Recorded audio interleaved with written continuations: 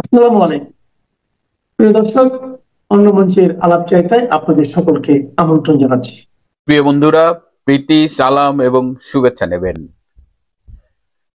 বাংলাদেশের সাম্প্রতিক কিছু ঘটনা, আন্তর্জাতিক বিষয়, এগুলো থেকে আমার মনে কিছু প্রশ্ন জাগছে এবং শুধু এটা আমার একার না, আমি দেখলাম আরো অনেকেই এই বিষয়টা নিয়ে ভাবছেন যে ডক্টর ইউনূসের কি প্রয়োজন ফুরিয়ে এলো। আপনারা অনেকেই জানেন যে এই যে বাইডেন অ্যাডমিনিস্ট্রেশনের একটা পাপেট হিসেবে ডক্টর ইউনূসকে বাংলাদেশে অবৈধভাবে ক্ষমতায় বসানো হয়েছে এবং তার জন্য যে গত বছরের জুলাই আগস্টে যে ষড়যন্ত্রটা হলো, এই বিষয়গুলোকে একটা বিপ্লব বা গণ অভ্যুত্থানের কালার দেওয়ার চেষ্টা করা হলেও এখন এটা মোরাললেস খুব ক্লিয়ার যেটা একটা আমেরিকান ষড়যন্ত্র ছিল। ডক্টর ইউনূসকে এখানে বসানো হয়েছে। শেখ হাসিনার স্পষ্ট অপরাধ ছিল যে শেখ হাসিনা চোখে চোখ রেখে মার্কিন পরাশক্তির সাথে কথা বলেছিলেন এবং তিনি এই সেন্ট মার্টিন বা বাংলাদেশের কোনো ভূমি মার্কিন শক্তির কাছে বর্গা দিতে রাজি হননি। এটি তিনি কিন্তু গত বছর মার্চ মাসে বলেছেন, সেই ভিডিওটিও এখন আছে।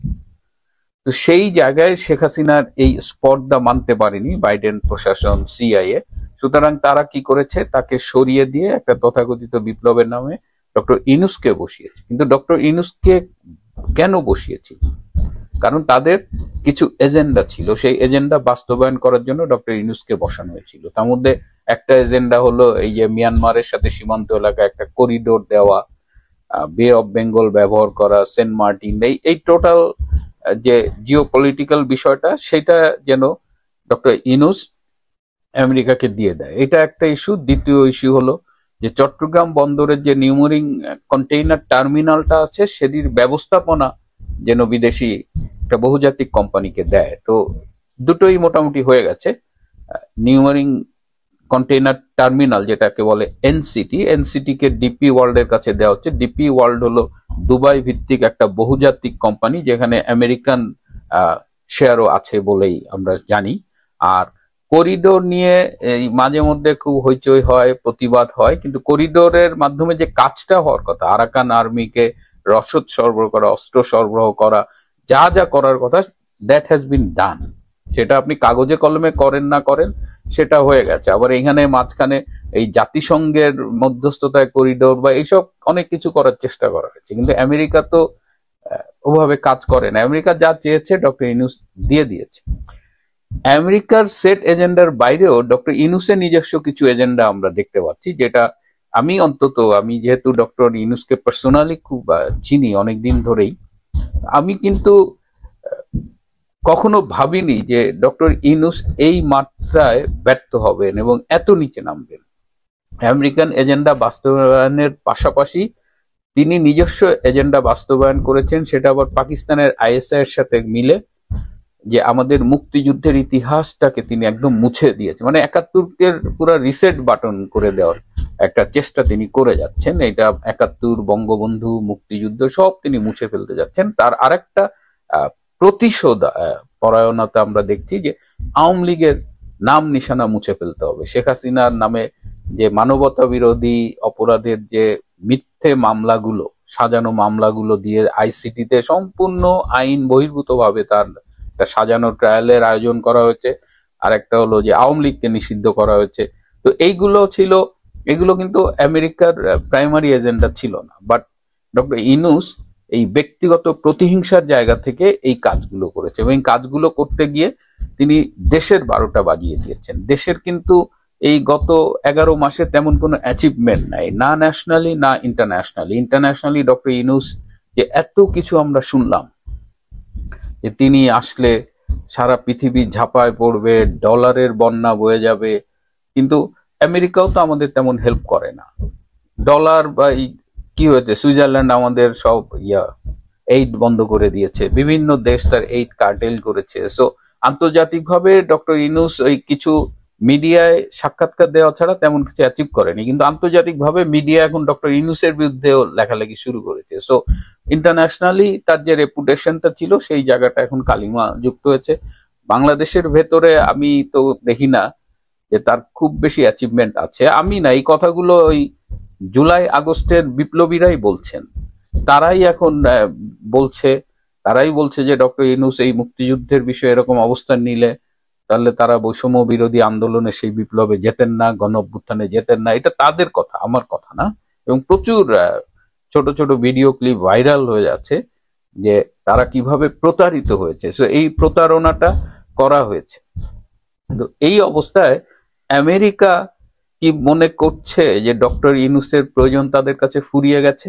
এটি বলার আরো একটি কারণ হলো এই যে যে ট্যারিফ ঘোষণা করা হলো, 14টা দেশকে চিঠি দেওয়া হয়েছে, তার মধ্যে বাংলাদেশ আছে। এবং দেখেন বাংলাদেশকে কোনো ছাড় দেওয়া হলো না, 35% অ্যাডিশনাল ট্যারিফ যোগ করা হয়েছে। মানে আগে একটা কনফিউশন ছিল যে এই 35% কি ওভারঅল টোটাল নাকি এটা অ্যাডিশনাল। তো এটা মোটামুটি এখন ক্লিয়ার যে আগে আমরা 15% ট্যারিফ দিতাম প্লাস 35%, তার মানে 50% ট্যারিফ দিয়ে আমাদের গার্মেন্টস আমেরিকার মার্কেটে এক্সপোর্ট করতে হবে, উইচ ইজ মানে very difficult, which will be very challenging for us. কারণ at the same time Vietnam আরো কম ট্যারিফ দিয়ে আমেরিকার মার্কেটে প্রবেশ করবে এবং অন্যরাও করবে। সো আমরা একটা ডিফিকাল্ট সিচুয়েশনে পড়েছি। তো এই অবস্থায় কেন আমাদের ফেস করতে হলো? কেন যে আমেরিকা ডক্টর ইউনূসকে বসিয়েছে সেই আমেরিকা কেন ডক্টর ইউনূসকে এই কনসেশনটা করলো না? এর অনেকগুলো কারণ আছে। একটা কারণ হলো যে Trump doesn't like Yunus personally.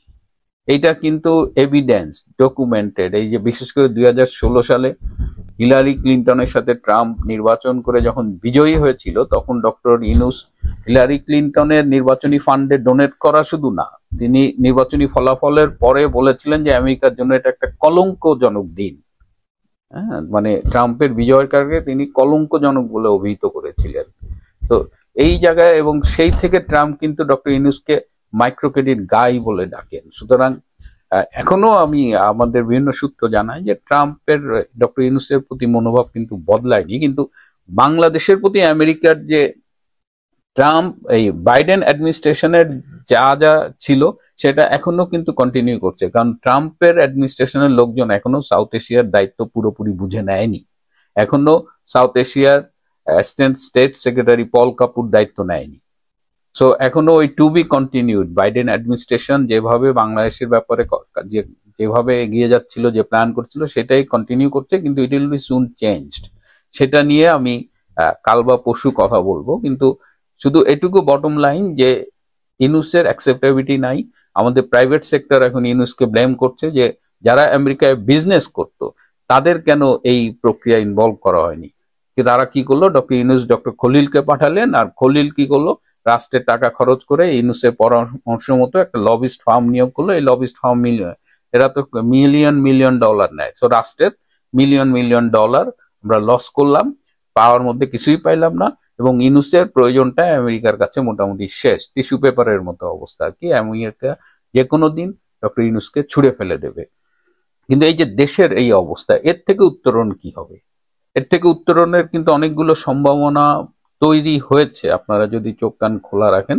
এবং মানুষজনের মধ্যে একটা ক্ষোভ এখন চরমভাবে দানা বেঁধেছে। এই যে ধর্ষণ, একটা উৎসব চলতেছে, ধর্ষণের উৎসব চলতেছে, খুনের উৎসব চলতেছে। দেখা যায় যে বাড়ি থেকে নিখোঁজ, 2 দিন পরে তার লাশ পাওয়া যাচ্ছে এই এই গর্তের মধ্যে, ওই বালির মধ্যে, ওইখানে পুঁতে রাখা হয়েছে। সো ধর্ষণ এবং হত্যার একটা মহা উৎসব চলছে দেশে। যারা গুম, হত্যা এসবের কথা বলতেন তারা কিন্তু মুখে কুলু পেটে আছেন।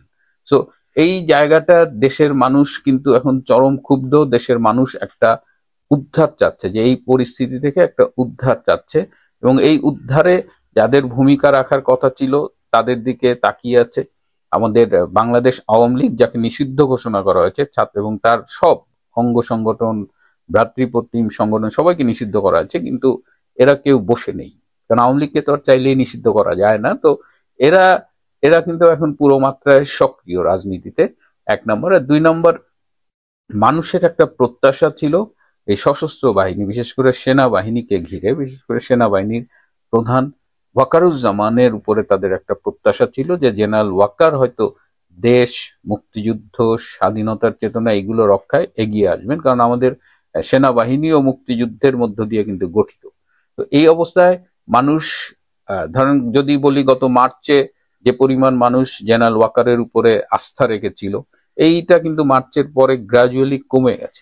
এবং আজকের বাস্তবতা হলো যে আজকে মানুষ কিন্তু জেনারেল ওয়াকারের কাছে আর কোনো কিছু প্রত্যাশা করে না। এবং জেনারেল ওয়াকার সবার সাথে গেম খেলেছে। জেনারেল ওয়াকার ভারতীয় আর্মির সাথে সুসম্পর্কের নামে তাদের সাথে গেম খেলেছে, ভারতের সাথে গেম খেলেছে, আমেরিকার সাথে গেম খেলেছে। তো জেনারেল ওয়াকার সবার সাথে গেম খেলেছে, শুধুমাত্র এই জামাতিদের সাথে তার সুসম্পর্কটা 5ই আগস্ট যেমন ছিল এখনো আছে। এবং তিনি মোটামুটি তার কথাবার্তা আচরণে নিজেকে একজন জামাতি মনোভাবাপন্ন বা সমর্থক হিসেবে বারবার প্রমাণ করছেন। তো এই অবস্থায় হয়েছে কি, মানে এটা এমন একটা বিষয় যে দেশে এখন একটা পরিবর্তন আসন্ন, পরিবর্তনের ট্রেনটা যাত্রা শুরু করেছে। এই ট্রেনে চাইলে জেনারেল ওয়াকার ড্রাইভিং সিটে বসতে পারেন, তিনি ট্রেনটা ড্রাইভ করতে পারেন। কিন্তু তিনি যদি ড্রাইভ না করেন, তিনি যদি 9-6 করেন এবং মানুষকে নানা রকমের বিভ্রান্তির মধ্যে রাখেন, তাহলে তাকে স্ট্রেট ট্রেন থেকে নামিয়ে আরেকজন ড্রাইভার এসে এই পরিবর্তনের ট্রেনটা চালাবেন। আমি খুব ইঙ্গিতে কথাটা বললাম যে জেনারেল ওয়াকার যদি এই সময় তার দায়িত্বটি পালন করতে পারেন ভালো, যদি তিনি দায়িত্ব পালন না করতে পারেন তবে তাকে দায়িত্ব থেকে সরিয়ে দেওয়ার একটা আয়োজন চলছে। আমরা একটা পরিবর্তন চাই। এইভাবে মুক্তিযুদ্ধের মাধ্যমে অর্জিত একটি দেশ ধ্বংসের দিকে যেতে পারে না। এবং আমাদের আরেকটি বড় রাজনৈতিক দল যে বিএনপি, যেটাকে তারা তাদের প্রতিষ্ঠাতাকে মুক্তিযুদ্ধের ঘোষক দাবি করেন, সেই জেনারেল জিয়ার কথা বলছি। এই জেনারেল জিয়ার প্রতিষ্ঠিত বিএনপি কিন্তু এই ক্রাইসিসে তাদের স্বরূপটা উন্মোচন করে দিয়েছে। এই যে কোনো সংকটে কিছু কিছু সম্ভাবনার দ্বার উন্মোচিত হয়, কিছু সত্য প্রকাশিত হয়। তো এখন আমরা নিশ্চিত করে বলতে পারি যে বিএনপি মুক্তিযুদ্ধের বিরোধী একটা দল। যদি কেউ বলেন যে মুক্তিযুদ্ধের পক্ষে বিএনপি দল, তাহলে তিনি ভুল বলেন, এবং সেটা সম্প্রতি এই গত কয়েক মাসে একদম প্রমাণিত।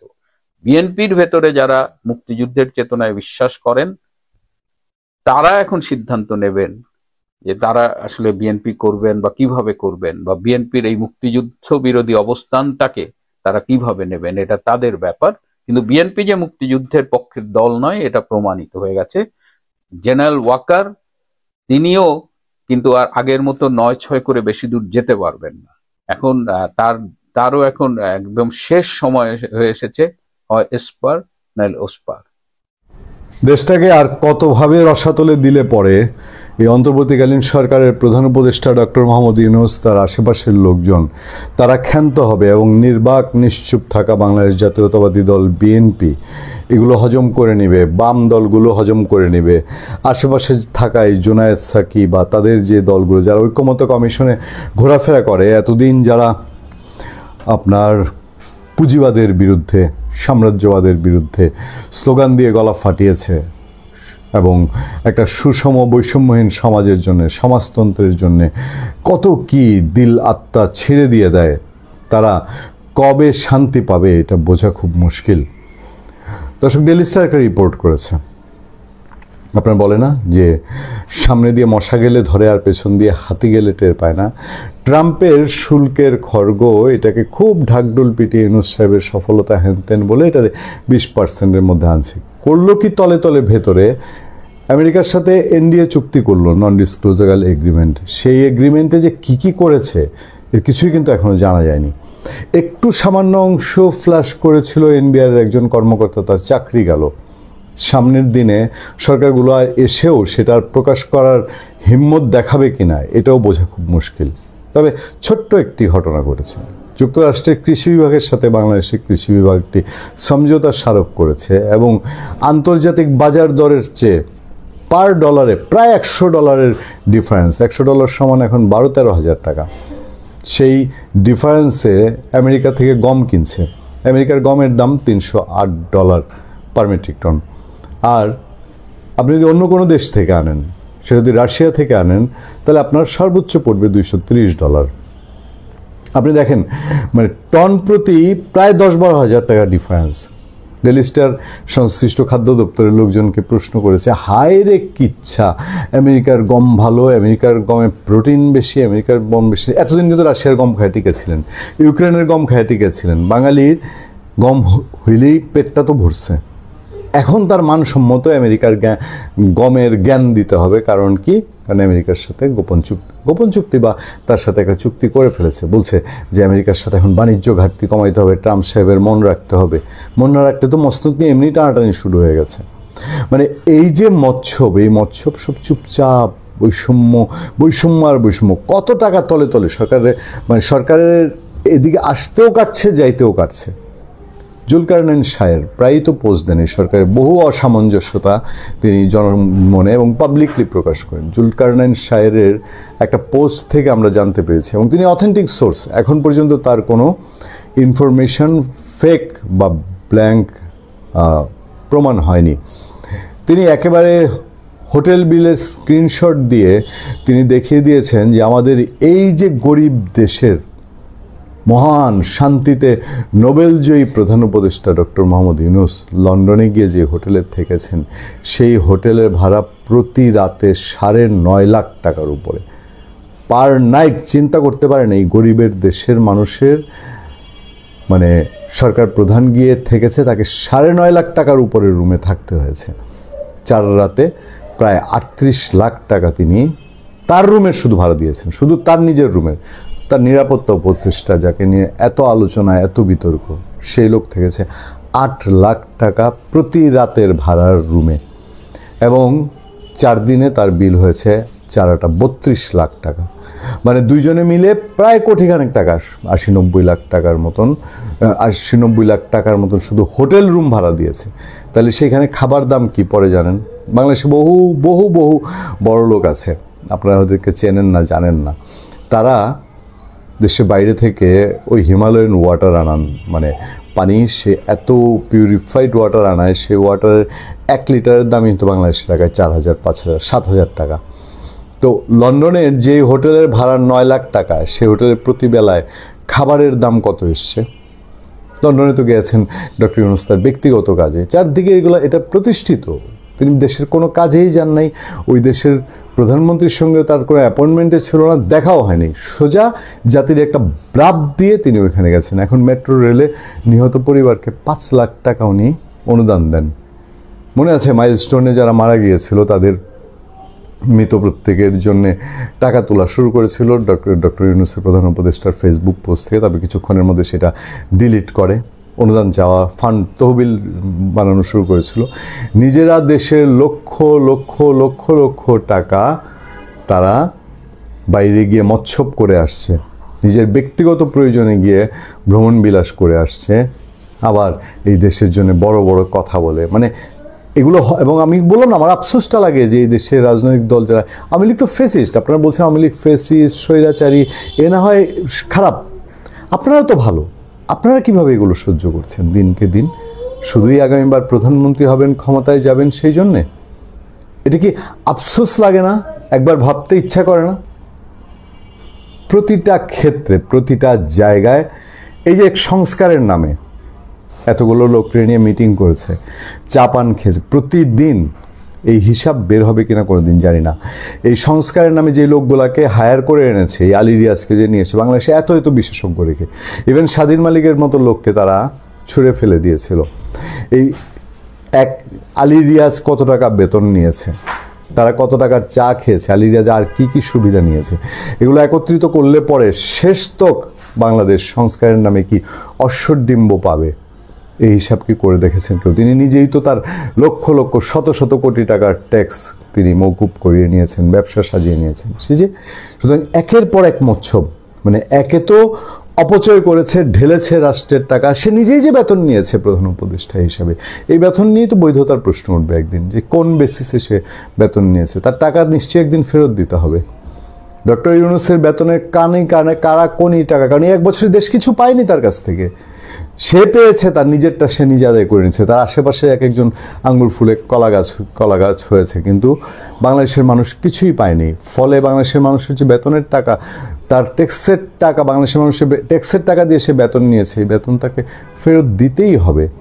এবং এই গম অতিরিক্ত দামে কেনা, এই যে গিয়ে লন্ডনে গিয়ে সুপার ক্লাস হোটেলে বাংলাদেশের মানুষের ট্যাক্সের টাকায় বিলাস ভ্রমণ করে আসা, এসব জিনিস কখনোই বিনা চ্যালেঞ্জে যায় না।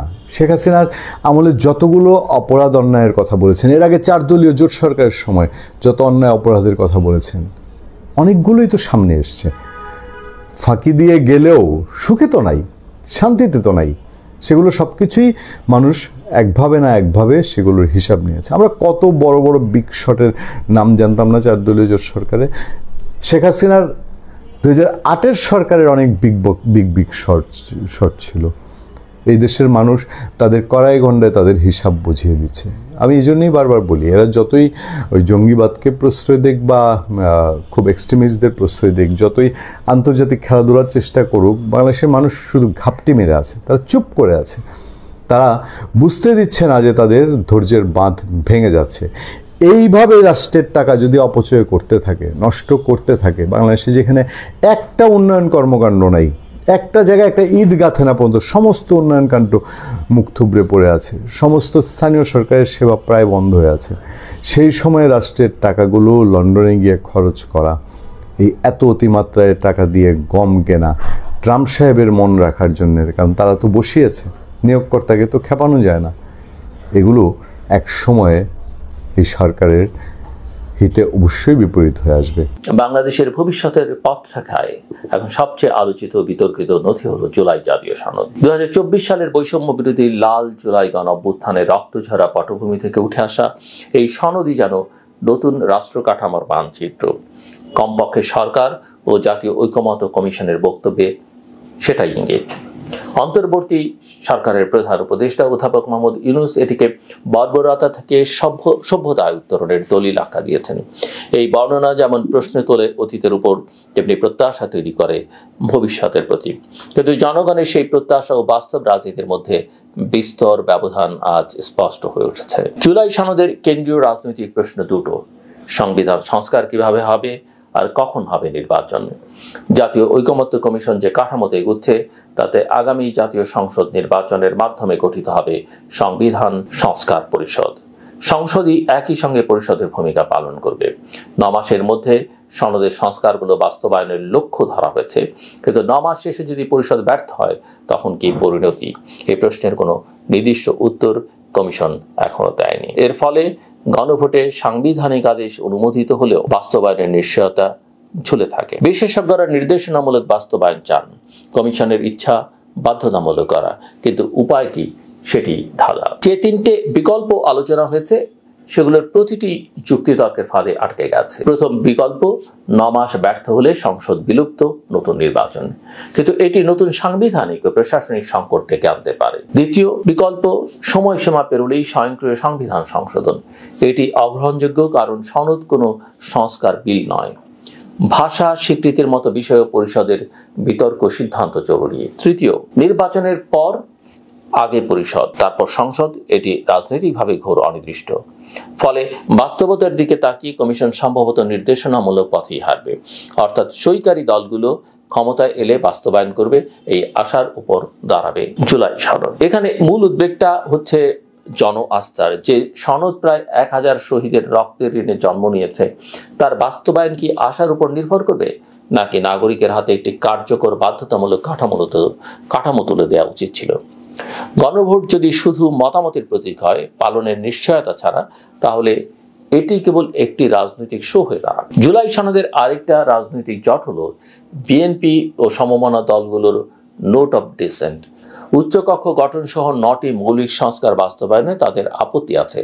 তাই প্রশ্ন উঠছে, গণভোটে কি জনগণ অনুমোদন দেবে সম্পূর্ণ সনদকে, নাকি বিবাদমান অংশ বাদ যাবে? আপোষের রাজনীতি যখন মুখ্য, তখন নোট অফ ডিসেন্টের টানাপোড়েন কার্যত পুরো প্রক্রিয়াকেই স্থগিত রাখতে পারে। এখানে আরো বড় একটা প্রশ্ন আছে, এই সনদের বিষয়বস্তুতে কি আদতে সেই জুলাই আছে? লাল জুলাইয়ের মূল চাহিদা ছিল বৈষম্য দূর করা, তাই পরীক্ষার মূল মানদণ্ড হওয়া উচিত শ্রমিক, কৃষক, সংখ্যালঘু, দলিত, নারী, তরুণ, যারা বৈষম্যের সবচেয়ে বড় শিকার, তাদের জন্য সনদ কি নিয়ে এলো? উত্তরটা একেবারেই হতাশাজনক। 84টি সুপারিশের মধ্যে কৃষি, ভূমি, বাজারের সংস্কার নেই বললেই চলে। শ্রমিকদের অধিকার, নিরাপদ কর্মপরিবেশ, ন্যায্য মজুরি, বহাল তবিয়তে অপেক্ষার তালিকায়। নারীদের জন্য প্রস্তাব কেবল সংরক্ষিত আসন বাড়িয়ে 100 করা, সরাসরি নির্বাচনের দাবির কোনো প্রতিফলন নেই। তরুণদের চাকরি, বৈষম্য, কোটা, দক্ষতা উন্নয়নের প্রশ্ন অনুপস্থিত, যদিও তাদেরই রক্তে এসেছে এই সনদ। দারিদ্র, বেকারত্ব দেশের 2 প্রধান সমস্যা, উচ্চ, অথচ দেশের প্রায় 4-5 কোটি মানুষ দারিদ্র্যের চক্রে বন্দী। আর জলবায়ু সংকট, বাংলাদেশের ভবিষ্যতের সবচেয়ে বড় নিরাপত্তা হুমকি উপেক্ষিত। অধ্যাপক ইউনূসের বিখ্যাত 30, শূন্য দারিদ্র্য, শূন্য বেকারত্ব, শূন্য কার্বন, যার জন্য তিনি বিশ্বের সম্মান পেয়েছেন, সেই নীতির প্রতিফলন নেই নিজ দেশে তৈরি এক ঐতিহাসিক দলিলে, যদিও তিনি এটাকেই ঐতিহাসিক দলিল বলছেন। তাই প্রশ্ন, ভবিষ্যৎ কি এতটাই অতীতে বন্দী? ঐকমত্য কমিশন সংশ্লিষ্ট আলোচনার আরেকটি ব্যর্থতা, সমাজের শতকরা 50% মানুষ অর্থাৎ নারীদের অংশগ্রহণ নিশ্চিত না করা। রাজনৈতিক দলগুলোর প্রতিনিধি দলে নারীর উপস্থিতি ছিল খুবই ক্ষীণ, অথচ নারী নেতৃত্ব ও অংশগ্রহণ ছাড়া কোনো সংস্কারই টেকে না। সবচেয়ে উদ্বেগজনক বিষয়, অন্তর্বর্তী সরকারের গঠিত 11টি কমিশনের মধ্যে মাত্র 5টির সুপারিশ রাজনৈতিক দলগুলোর সামনে উপস্থাপন করা হয়। পুলিশ সংস্কারের গুরুত্বপূর্ণ সুপারিশগুলো বাস্তবায়ন হয়নি, যদিও 2024 সালের সহিংসতার কেন্দ্রে ছিল আইন শৃঙ্খলা বাহিনীর ভূমিকা। প্রশ্ন থেকে যায়, উপদেষ্টারা এতদিন কি করলেন? এখানে আস্থার সংকট বাড়িয়ে তুলছে নতুন রাজনৈতিক তৎপরতা। বাংলাদেশ জাতীয়তাবাদী দল বিএনপি বলছে, নির্বাচনের আগে অন্তর্বর্তী সরকারকে তত্ত্বাবধায়ক ভূমিকা নিতে হবে। এনসিপি চায় নির্বাচন কমিশন সংস্কার। জামায়াত প্রশাসন ঢেলে সাজানোর দাবি তুলেছে। এই সবই প্রমাণ করে সংস্কারের অগ্রগতি যত বিলম্বিত হচ্ছে, সন্দেহ তত বাড়ছে সব মহলে। সুতরাং অন্তর্বর্তী সরকারের প্রতি জরুরি আহ্বান, 84টির মধ্যে যে 40টি সুপারিশে সম্পূর্ণ ঐকমত্য আছে এবং যেগুলো প্রশাসনিক আদেশেই বাস্তবায়ন সম্ভব, সেগুলো অবিলম্বে কার্যকর করুন। জনগণ দেখতে চায় পরিবর্তন সম্ভব। জুলাই সনদের সঠিক স্নায়ু হলো কর্ম, কথা নয়। একই সময়ে জামায়াতের মতো দল অতীতের ভুলের জন্য নিঃশর্ত ক্ষমা চেয়ে একটি ইতিবাচক রাজনৈতিক আচরণ দেখিয়েছেন বলে কেউ বলবার চেষ্টা করছেন, কিন্তু সেটা যে কেবল নির্বাচনের কৌশলে সীমাবদ্ধ নয় তা বলা যাবে না। তবে ক্ষমা নয়, তা হবে ভণ্ডামির আরেক অধ্যায়। এখানে বলে রাখা ভালো যে জামায়াত ইসলামী কিন্তু তার প্রধান এই যে ক্ষমা চাইছেন, তিনি কিন্তু 71-এর প্রসঙ্গ উচ্চারণ করেননি, তিনি কিন্তু মুক্তিযুদ্ধের কথা বলেননি, তিনি সেই হত্যাকাণ্ড, পাকিস্তানি সেনাবাহিনীকে সহায়তার প্রশ্ন, অগ্নিসংযোগ, ধর্ষণের প্রসঙ্গ আনেননি। যদি কেউ আহত হয়ে থাকে 47 থেকে, তাহলে আমরা ক্ষমা চাই। অর্থাৎ 71কে উপেক্ষা করে, অস্বীকার করে তিনি এই ক্ষমাটা চেয়েছেন সাধারণভাবে, যেন মানুষকে খানিকটা বিভ্রান্ত করা যায়। গণতন্ত্র, প্রতিনিধিত্ব, দায়বদ্ধতার নিরবিচ্ছিন্ন একটা প্রক্রিয়া। শুধু ক্ষমা চাইলেই ইতিহাস শুদ্ধ হয় না, কর্ম ও নীতির ধারাবাহিকতায় ঘটে পরিবর্তন। এটা সবাইকে মাথায় রাখতে হবে। আমরা যখন আওয়ামী লীগের বিচার চাই, দল হিসেবে বিচার চাই, তখন আমাদেরকে কিন্তু জামায়াতের বিচারটাও চাইতে হবে, এবং সেটা কিন্তু আমরা আজকের বাস্তবতায় ভুলে যাই। এই ভুলে যাওয়াটা বড় বিপদ ডেকে আনতে পারে। বাংলাদেশের সামনে এখন একটা অভূতপূর্ব সুযোগ। অন্তর্বর্তী সরকার এখনো নৈতিকভাবে গ্রহণযোগ্য, কিন্তু সময় ফুরিয়ে যাচ্ছে। সংস্কারের বাস্তব অগ্রগতি না হলে গণঅভ্যুত্থানের নৈতিক পুঁজি হারিয়ে যাবে। আমরা কি আরেকবার অপেক্ষা করব নতুন জুলাইয়ের, নাকি এই জুলাইয়ের ম্যান্ডেটে নির্মাণ করব বৈষম্যহীন গণতান্ত্রিক জবাবদিহিমূলক বাংলাদেশ? জাতি হিসেবে আমাদের জন্য পরীক্ষা এখানেই। বাগ্মিতা আমাদের এগিয়ে নেবে না, কথার ছুরি আমাদের এগিয়ে দেবে না। দরকার হবে কঠিন সত্যর মুখোমুখি দাঁড়ানোর দৃঢ়তা, বৈষম্য কমানো, কর্মসংস্থান সৃষ্টি, নারী ও তরুণের নেতৃত্ব নিশ্চিত করা, জলবায়ু নিরাপত্তাকে জাতীয় অগ্রাধিকার আনা। এই 4টি স্তম্ভই পাবে বাংলাদেশের ভবিষ্যৎ মেরুদণ্ড। ইতিহাস আমাদের হাতে আগুন তুলে দিয়েছে। এখন প্রশ্ন, আমরা সেই আগুন দিয়ে আলোকিত পথ তৈরি করব, নাকি আবারও নিজেদের হাত পুড়িয়ে ফেলব? বাংলাদেশ আজ এমন এক সন্ধিক্ষণে দাঁড়িয়ে, যেখানে ব্যর্থতা মানেই আরেক দীর্ঘ অন্ধকার, আর সাফল্য মানেই সেই রক্ত অর্জিত স্বাধীনতার প্রকৃত প্রতিশোধ, একটি ন্যায়ভিত্তিক ও বৈষম্যহীন রাষ্ট্র। এই নির্বাচনের, এই সনদের, এই মুহূর্তের নাম দায়বদ্ধতা। আমার কথা শুনবার জন্য আপনাদের অসংখ্য ধন্যবাদ। আপনাদের